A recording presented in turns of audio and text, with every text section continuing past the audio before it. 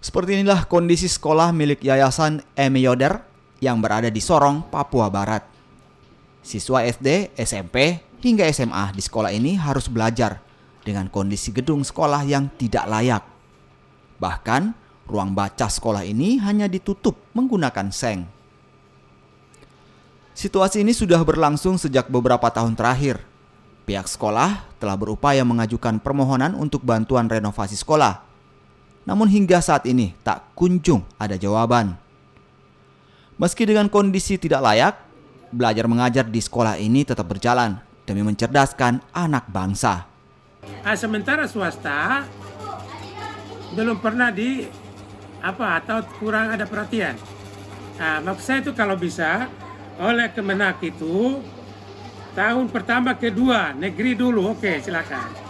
Tapi nanti tahun ketiga keempat itu tolonglah swasta yang diperhatikan.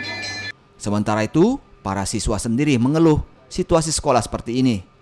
Jika hujan, terpaksa sekolah diliburkan, dan jika panas, mereka terganggu dan terpaksa harus mencari tempat teduh untuk bisa belajar.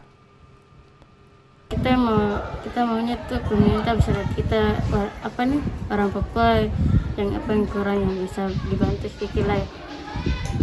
Lihat lingkungan kita, dan sekarang tak kena bencana begini, rumah kita tuh sekarang kayak ambulan juga tidak bisa. Hujan sedikit saya sudah masuk, kampusnya kita juga, terus jalannya kita jauh ke sini tuh tidak bagus. Kita jalan ya becek ya, kita tetap jalan berjuang untuk ke sekolah sini untuk belajar yang baik-baik. Yang penting bisa belajar sampai dapat kita cita-cita. Dengan besarnya dana otonomi khusus untuk pembiayaan pendidikan di tanah Papua, ternyata belum mampu memberikan pendidikan yang layak bagi anak-anak Papua. Salah satunya, sekolah Yayasan Emyoder yang terdapat banyak putra-putri asli Papua.